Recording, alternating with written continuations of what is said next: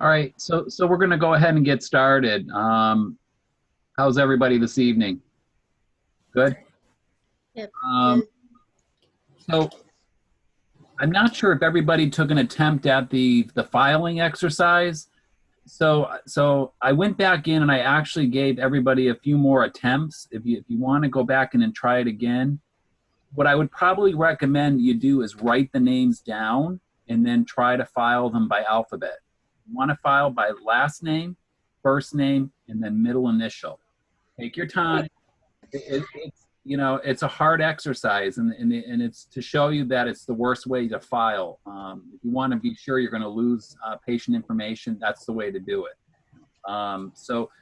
Those of you, if you want to go back in there, do another attempt on it. I put 2 more attempts, so feel free if you think you can get a better grade.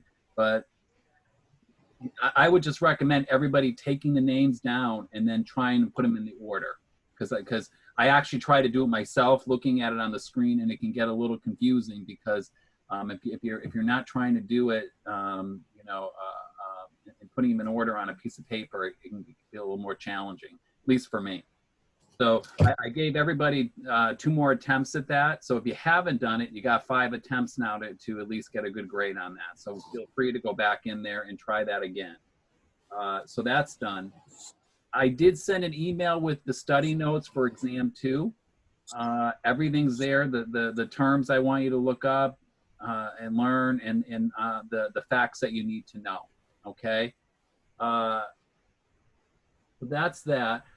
We do not have class next week. So July, the school recognizes July 4th on Friday. So July 3rd, the school is closed. So we don't meet next week. So we won't meet again until July 10th. I will open the exam for you, exam 2, on July 6th on Monday, and you'll have it available to you for a whole week. So you just take it when you want. Once you do take it, it's going to give you the 45 minutes to complete it. So you got to complete it once you choose to do it. So that's for exam 2. And that's about it. Tonight's going to be, we're going to cover chapter 15 tonight. I'm not going to give you another sim chart assignment. Some of you are staying right on top of them, and others are falling a little behind. So what I want you to do between now and the next time we meet, catch up on your sim chart assignments, get them done. And I want you to, if you're missing any of your competencies, the vendor exercise, the letter, please get them into me, okay? Because I'm getting a little worried. I'm looking at some of the people, and you're letting these assignments build up. Don't let them build up. Some of you are staying right on top of it, but others are just falling a little bit behind. Okay, so make sure that you try and stay on top of that. All right, so without further ado, let me see if I can try and share my screen. Can I just chime in for a moment? Absolutely. So with the alphabetical listing, Yep. I know I sent you an email. I've written it down like 4 times, and I don't know why I got the grade that I got. So I feel concerned that if I take the test again, I'm still going to get the same grade. I'm with you on that one. Who's that, Cindy? Yes. Yeah. So I've already written it down. All right, so that's okay. So do me a favor. If you want, you can go ahead and send them to me in an email in the order you believe they should be in.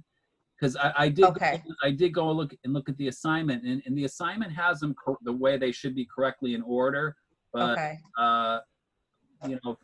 I trust you. So go ahead and show me the order you have before you do it, and I'll take a look at those. And if I think they're correct, I can send it back to you with a grade. Okay, because I do know my alphabet. Okay. Well, I was kind of surprised when I was seeing some of the grades that were coming through. Some of the grades were good, but some were challenged. So, and again, like I said, I try to do it myself, and it's a little awkward to try and do it on the screen like that. So I'm old school. I wrote them all down by hand, and then I went and I clicked them. Yeah, me too. Okay. So Can I do that too? Absolutely. Everybody can do that. Everyone, just email. Just email me, and what I'll do is I'll tell everybody in an email. You can go ahead and do that, and I'll double check that way. Okay. Okay. I'm okay with that because, you know, it's actually the first time I've tried in Blackboard to do a test that had to put things in an order. And I went back and I looked at it and it looks like it did it correctly, but I trust you. If you think, at least this way I can tell you where you might be wrong or where you might be right. Okay. All right? All right. Sounds good. Absolutely. Thank you. And that goes for everybody. Okay. All right, any more questions? All right, let me see if I can find this now.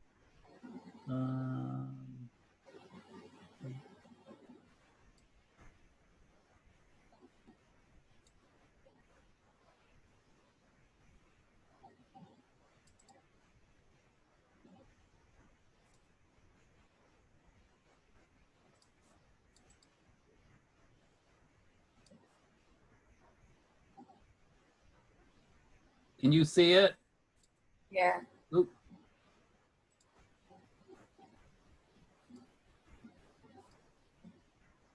Okay. All right. This is probably the most, at least from my standpoint, probably the most important chapter in the whole book. And they really kind of do it a little bit of injustice because it's a pretty short chapter. But it's crucial.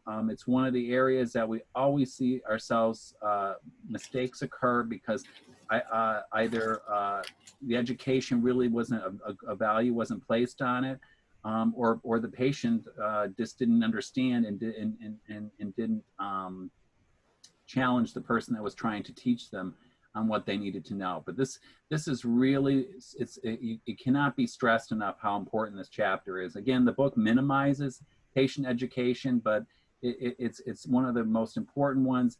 And we typically see if we're going to have a problem when it comes to any kind of surgical procedure or you know, anything. You know, it doesn't even have to be surgery. It could just be patients taking care of themselves once they go home and they've been discharged. There's a gap in their understanding. All right, so there, you cannot weigh the benefits enough around patient education. It's going to help the individual over the long haul, over you know, the course, to obviously get better. You know, they'll have less likely a chance of having an infection if it's from a surgery, or if it's taking, you know, a new medication.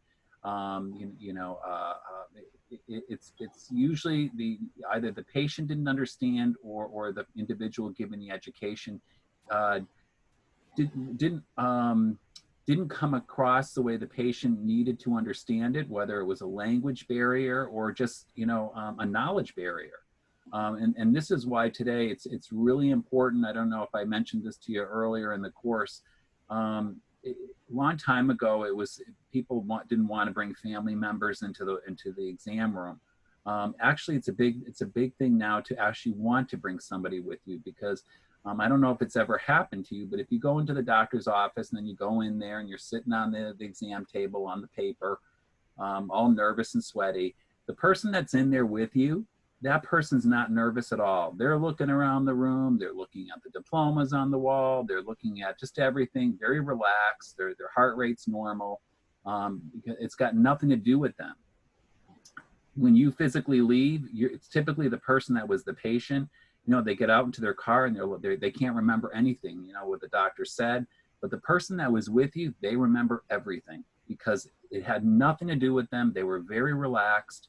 So you can't minimize how important it is to have a family member with you, especially when you're going into the doctor's office to get results of something, or if you're going to have a procedure. The book always talks about the medical assistant's role. It's the multidisciplinary role. It's everybody's role. It's not just the medical assistant. So all of us as healthcare providers have to model good, healthy behavior. It's kind of hard to tell somebody, you know, you're morbidly obese because you're eating too much. If you're standing there yourself and challenge yourself with obesity, or if you're a smoker and you're trying to tell somebody they have to quit smoking, you know, that's no good for them. We have to try and do our best. You know, I'm not a skinny lightweight, that's for sure. But you have to do your best to model good, healthy behaviors. especially if you're expecting others to mirror after you. You're going to always want to answer any questions during routine visits. It's the time when you have the patient right in front of you, and it gives them that ability to at least come, hopefully maybe prepare with some questions they might have written down, or you might even have some for them. So just to have them repeat answers back to you. Giving detailed instructions or printed materials. A lot of things not, so printed materials is kind of getting dated. That's probably more my generation. Even a lot of material now on education is now online. It's not, you can go on YouTube to learn how to give yourself an insulin injection.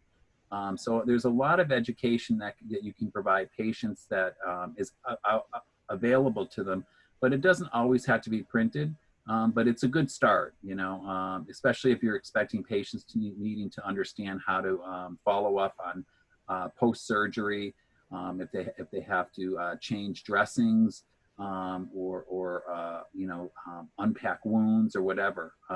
So hopefully you'll provide them either whether it's an online site where they might be able to go and actually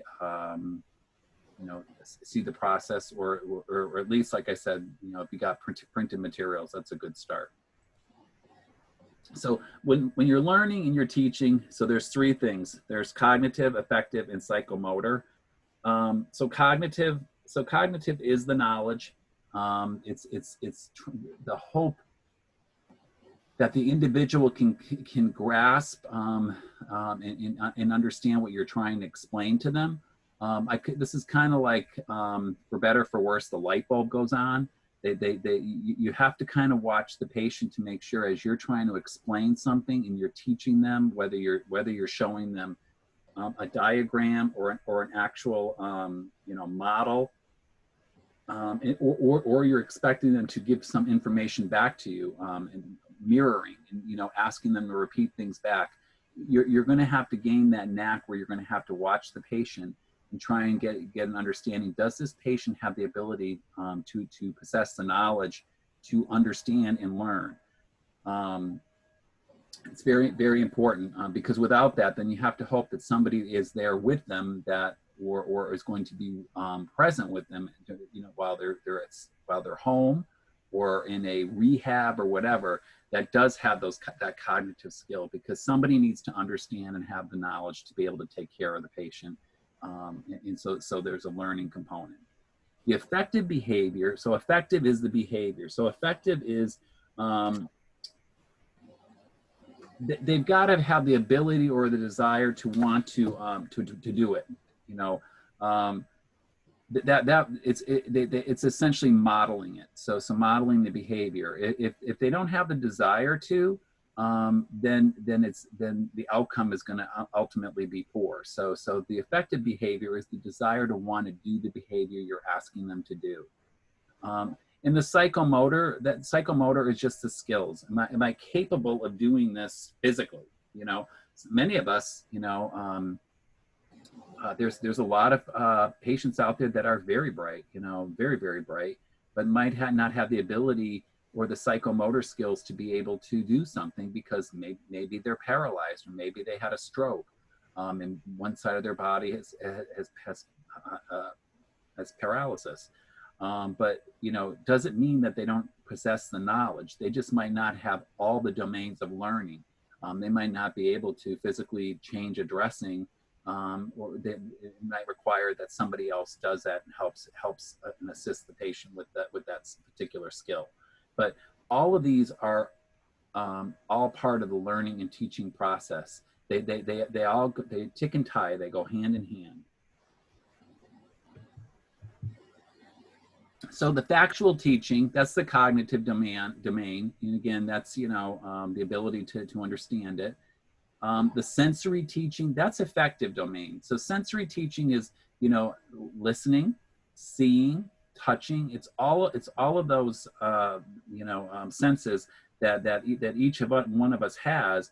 Well, I should say that each one, at least hopefully a couple or one of them, you actually physically have, because all of us might not have all those senses. But you have to have some of them, or at least one of them, to actually be to hit an effective domain.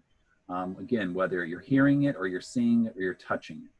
Participatory teaching, that's teaching. I don't know if anybody's had a family member that's been like diabetes is a good participatory teaching, showing somebody how to give an injection. You know, people sometimes will teach people how to give a intramuscular injection, like with a syringe, and then puncture an orange or something like that, just to teach them so they get an understanding of how to fill the syringe, how to actually give the injection before they actually do it on themselves. So that would be modeling. So maybe a nurse or an MA or somebody shows the patient how to do it. Maybe they show them a couple of times, and then they ask them to return the demonstration. They say, now I want you to do it for me, and show me. That type of learning is part of the factual teaching. I've shown you how to do it. And now the sensory teaching, show me that you can do this back. And again, it's always verifying the patient understands. Always give the patient the ability to reply back. You know, Mr. and Mrs. Jones, did you understand this? Any questions? Do you want to move on, or do you want us to continue and do it again? Always let the patient have that control. It's too many times during education we rush through these things, and ultimately the only one that really pays in the end is the patient. And well, I shouldn't say not just the patient, because actually the healthcare facility can pay for it too, in a different way. So if somebody is poorly taught, and there's not really good follow-up education with the patient, and if you follow those patients typically over time, the institution can actually lose money, because if the patient gets sick and they land at your front door again within 90 days, then that care that you got to provide that patient is on your dime. It's not on the patient's healthcare dime, because we did a bad job teaching. So if they come back and they're sick because of the same diagnosis, and we did a poor job of managing that episode of care, we own it. And so it's really important. And I hate putting money on top of this, but money is a factor. We wouldn't be in healthcare, or none of us would be working in healthcare if we couldn't get paid. So we have a desire to want to take care of patients, but we have to get money from the insurance companies to pay the salaries, to pay the lights, to pay the bricks and mortar wherever you work. So we have to make sure we do our due diligence, that we take care of these patients, and that we actually follow them over time, and make sure that they don't land back in our facility. Because if they do, and if they land back within the 90 days, you're likely going to eat it, and you're gonna have to take care of that patient. You just can't boot them out, but we'll be taking care of a patient that we won't be able to bill an insurance company. So it behooves us to really do quality education, say what we do, and in the end, the patient benefits and we benefit too as a healthcare provider. Cultural and educational barriers. So cultural and educational barriers, you can't minimize at all. One of the things that I try and let everybody know is, and I'll send you I'll send you a video clip. Translators are one of the most minimal utilized individuals in the healthcare team, but they're really important. They're becoming even more important. It is really important, especially around education, that to have a translator. There's a lot of translators now. Now they actually use like, it's almost like Zoom, where the translator is brought in. It's a little laptop on a pole. And all the translation is done between the patient and the healthcare provider, but in real time. It comes at a cost, but it's in the end, like I said, it's far more advantageous both for the patient and for the facility, because you're more likely going to have a far better outcome, because without that education, you will surely struggle. Cultural barriers, you're going to have to deal with cultural barriers. Within reason. Some cultural barriers, and we learned those in the beginning of the semester, are I think Indian women tend to be subservient to males, but we might not believe in our society that's the right way to be, but in their society that's the way they believe it to be. So in a healthcare environment, if there's the eldest male in the room, if that's the person the doctor is going to talk to, or that woman is going to expect the doctor does talk to. It is a barrier, but we have to work and overcome it. And I think most people can, but if you do it right, and everybody in the room learns. But I'll share with you a video, and it's from some show or something, an emergency room, kabako with a translation. But it's something that does happen very frequently, and it might be humorous, but in the end, it's real life, and it shows how important it is for all of us to have an interpreter if we are unable to speak English and clearly understand the education that somebody's trying to help us with. So here's our patient education materials.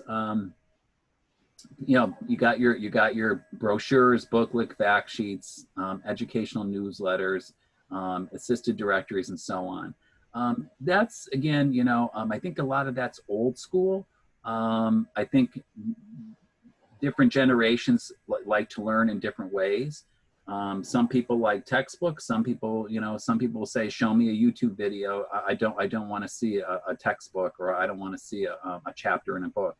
I'd rather learn and show me a video. I learn better by visually seeing." So when you have patients, if you have the ability to offer different varieties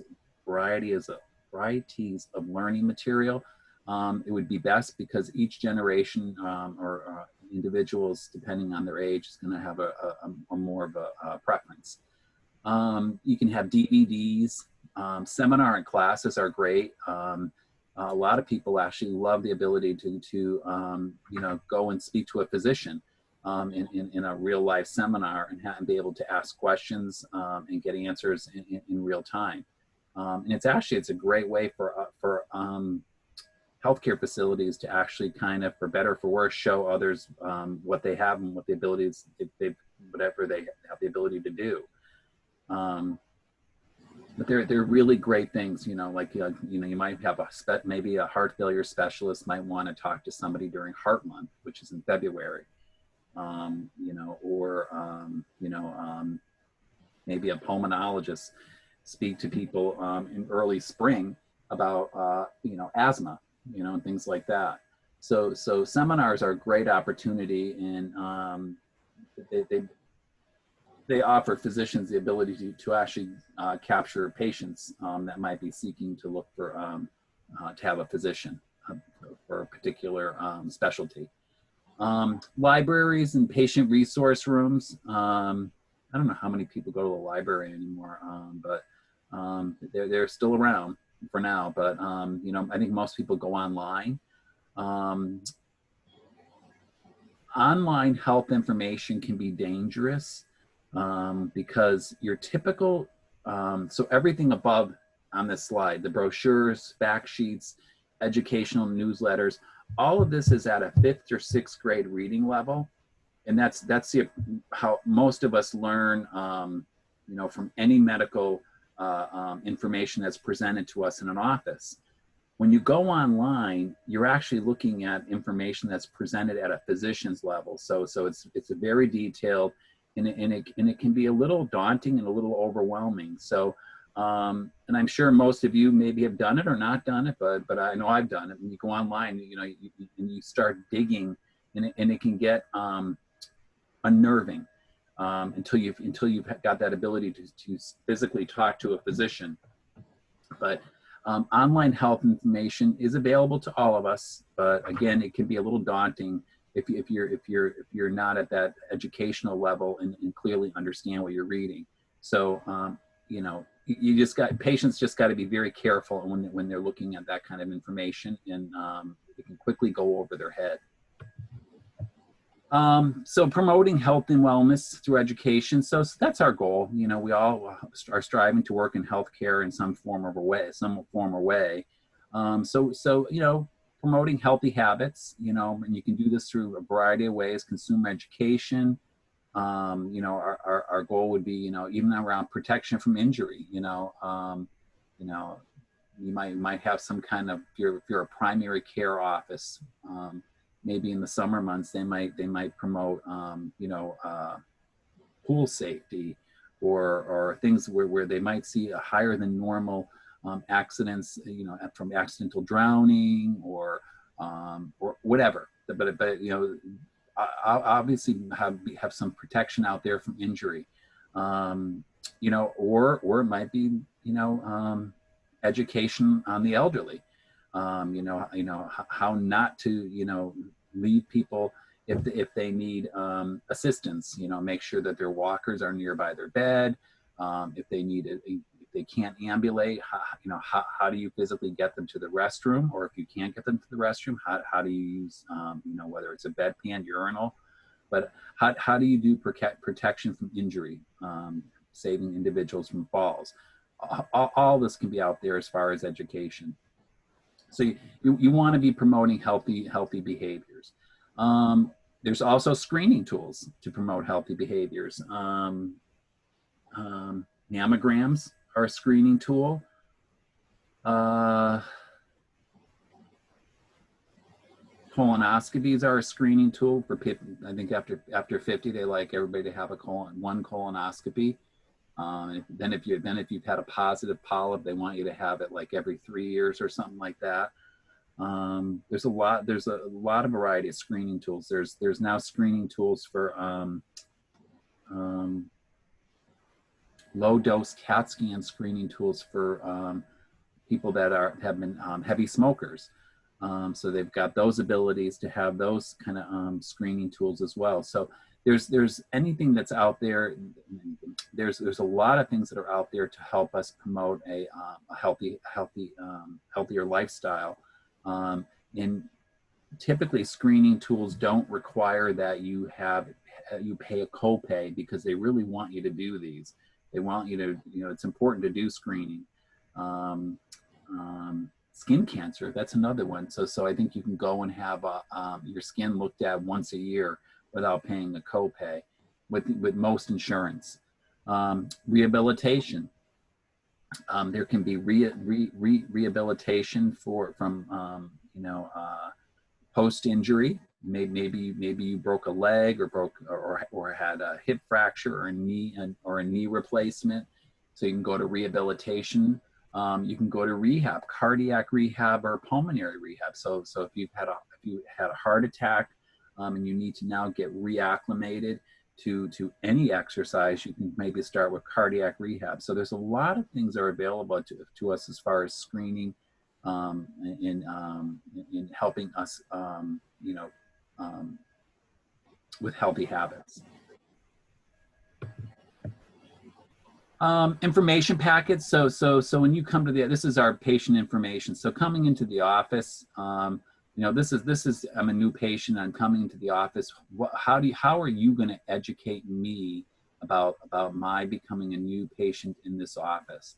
So I don't know if you've ever had the opportunity to move or whatever, or start to see a new physician. Hopefully they provide you with some kind of information packet. In the information packet, will usually tell you the physician's credentials, what they're qualified to do, what's the office's philosophy, are they holistic, or what is the type of practice, the physician's qualifications for what they do. They have to be posted. Physicians typically have to post their diplomas. And hopefully the information is going to give you a description of the office. What type of office is it? Is it primary care? Is it a specialist? Are they a pulmonologist? Are they gastrointestinal? Are they endocrine? Do they specialize in maybe the thyroid or in diabetes? But they need to tell you what type of description it is of the office and the type of physicians that work there. Introduction to the office staff. I kind of would imagine I would keep that kind of high level. And the reason I say that, typically the office staff is the team that you see rotate through more so than physicians. Physicians don't typically don't typically leave an office as frequently as staff do. So for myself and you and others, as we take jobs, we might move through our jobs a little more readily. Physicians really don't do so much. There's typically an expectation that they have to stay for a few years, and because of the there's a cost of the actual hire to them and everything. So you don't see them move around as much. So their names obviously can be readily available on the patient information packet, but I wouldn't put the staff. I might tell the individual what type of staff we have, what our office hours are. Again, what's our philosophy? Is it to provide timely quality care at a competitive price? I don't know. We can. That's something that the office would determine would be their approach to marketing. What are our office hours? Are we that niche office that is open on weekends, or are we just a Monday through Friday operation, no weekends, no holidays? All of that needs to be determined upfront. So as a new patient, you're educated on what is available in the office that you're now choosing to become part of. Because remember, it's kind of, for better for worse, you're the family. You're part of that office and the family. Appointment scheduling. It needs to be clear how we go about appointment scheduling. It needs to be clear, if you maybe say if you no-show 3 times, we might make a decision to, well, you can ask them that you're not, if they miss 3 appointments, you might ask if they find another practitioner, because when patients keep missing appointments, things can go wrong. You don't know why they're coming in for the appointment. They might be coming in for a wound check. They might be coming in to have a variety of things done. But when patients start missing appointments, it can put the physician at risk. So it's really important that we have a policy, and that our new patients clearly understand what's our policy around appointment and scheduling appointments, and meeting your appointments. Telephone policy, such payment policy. Well, yeah, you got to put it out there. We expect to be paid unless we're a free clinic. And if we don't get paid, the worst thing that the patients can do is not say anything. It's like, well, this is probably a perfect time. So with everything going on with COVID-19 right now, a lot of people have been struggling and, might have stopped working for a period of time, whatever the reason may be. But they might have been struggling to make a decision. Am I paying my car payment? Am I paying my rent? Or am I buying groceries for my kids? So these were really hard decisions people had to make over the last 10 and 11 weeks. If you couldn't make a payment to your doctor's office, I'm sure they would have been clearly understanding, but you have to communicate to them. People understand that you're having difficulties, and they're having difficulties, and they understand that as well. So the worst thing you can do is kind of go into a hole somewhere and act like nothing's going on and just let the bills keep coming in. You've got to communicate. Insurance policies. Typically, one of the first areas patients fall down is insurance. They don't understand their own insurance. They forget at the beginning of the year that all of a sudden their everything resets and they've got a big deductible again, and they forgot all about it. Well, it's important that they clearly understand what does their insurance cover and what doesn't it cover. It's common for, I field a lot of phone calls from angry patients that are really upset because they get these big bills. And the sad part was because they didn't understand what their own insurance covered. And they continue, even after they hear that they're responsible for the payments, that they continue to argue because there's a feeling, especially with the people that are from an older nature, that remember a time when healthcare was, people, when you had, Blue Cross Blue Shield, it just covered everything. those days are gone, and there's a really an expectation that people pick up part of the bill, unless you carry a supplemental insurance. So you got to understand your insurance, and we typically will make that very clear in our new packets. That's a patient's responsibility. We can help you along with that and explain things. But before, I would highly recommend, before the care is provided, somebody from the financial office, especially if it impacts the patient financially, there needs to be a conversation with the patient right up front. Patient confidentiality statements. So that's something that we provide them, and they clearly understand that we will maintain their confidentiality, and through Health Information and the Portability Act, HIPAA. You might have other information in there. It could be a variety of things that you might offer.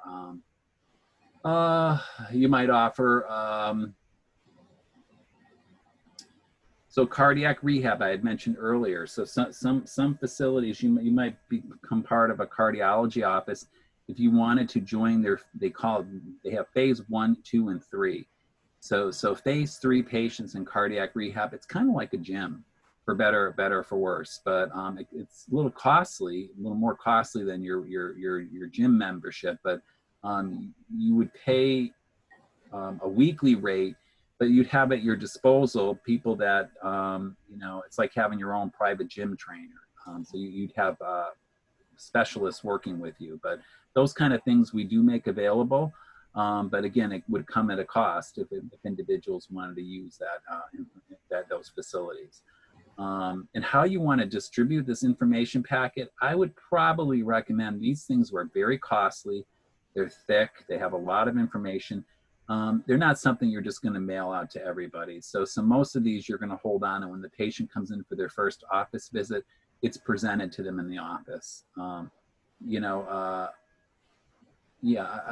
would not, unless you were in a kind of a special,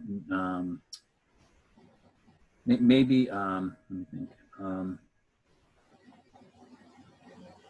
plastic surgery. So people in plastic surgery offices, they actually, they do pretty well because it's cash based, and it's not typically, that's what I'm looking for. Most insurance companies don't pick up plastic surgery. So they might do a big push of education where they push it out, and they'll actually mail things to your home. Or you'll see a lot of things on the TV. You might see a lot of like vein specialists that work on people's legs to get rid of varicose veins or whatever. But they do a big push to get information out there to tell people what they do. The reason they can do that is because they have a high cash. They're cash cows. They get a lot of cash in.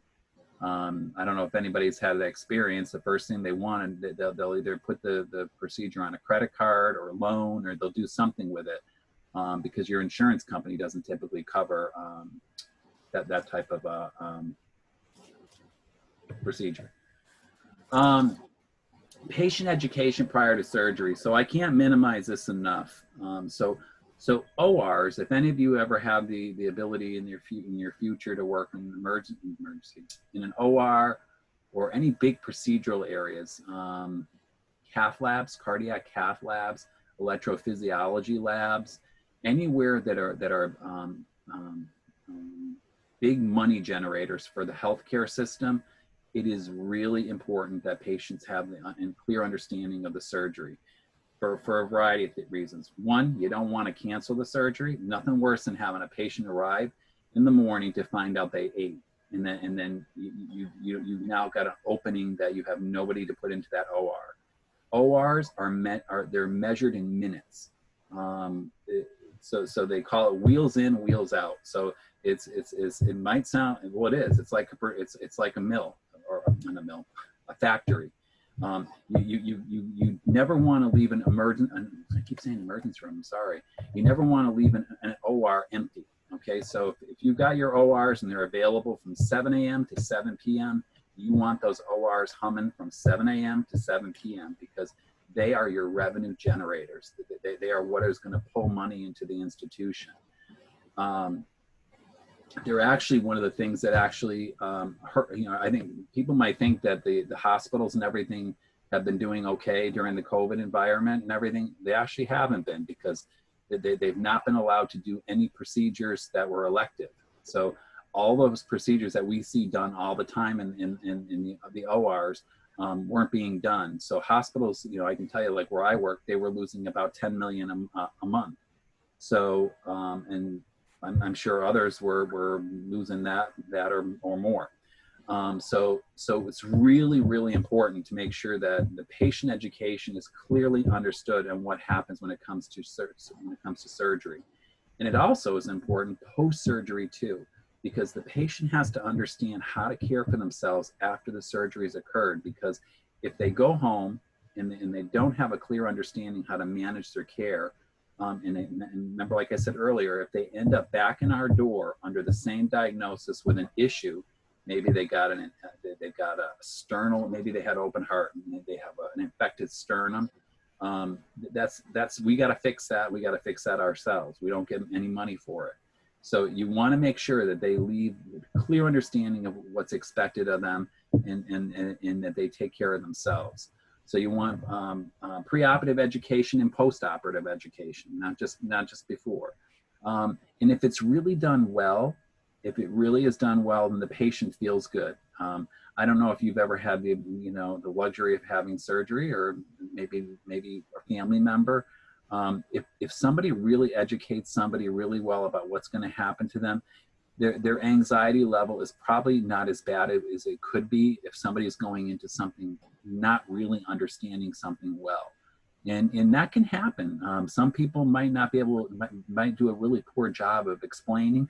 Others might do a great job. So it is really important. And I cannot stress it enough when it comes to surgery, the importance of making sure that the patient clearly understands what their expectations are, because it is really it's the engine that keeps the healthcare system really working, because a lot of things that we do in healthcare don't generate money, but we need to do them.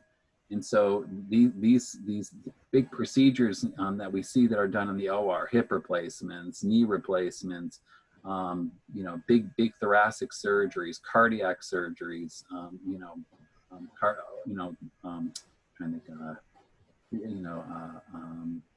organ transplants, whatever you want to say.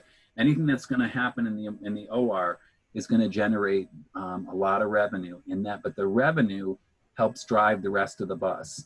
So things like behavioral health is one of the worst areas when it comes to funding, whether it's from the federal, state, or any level.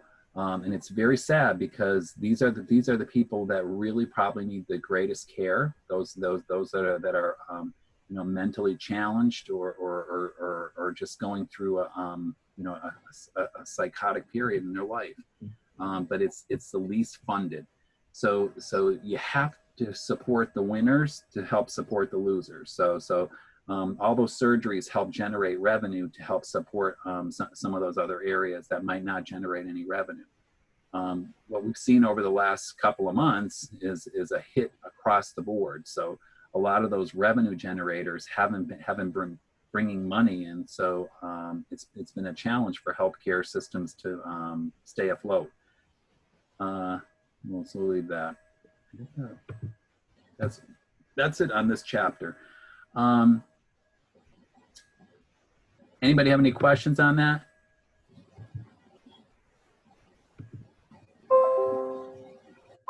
Nope. Okay. All right.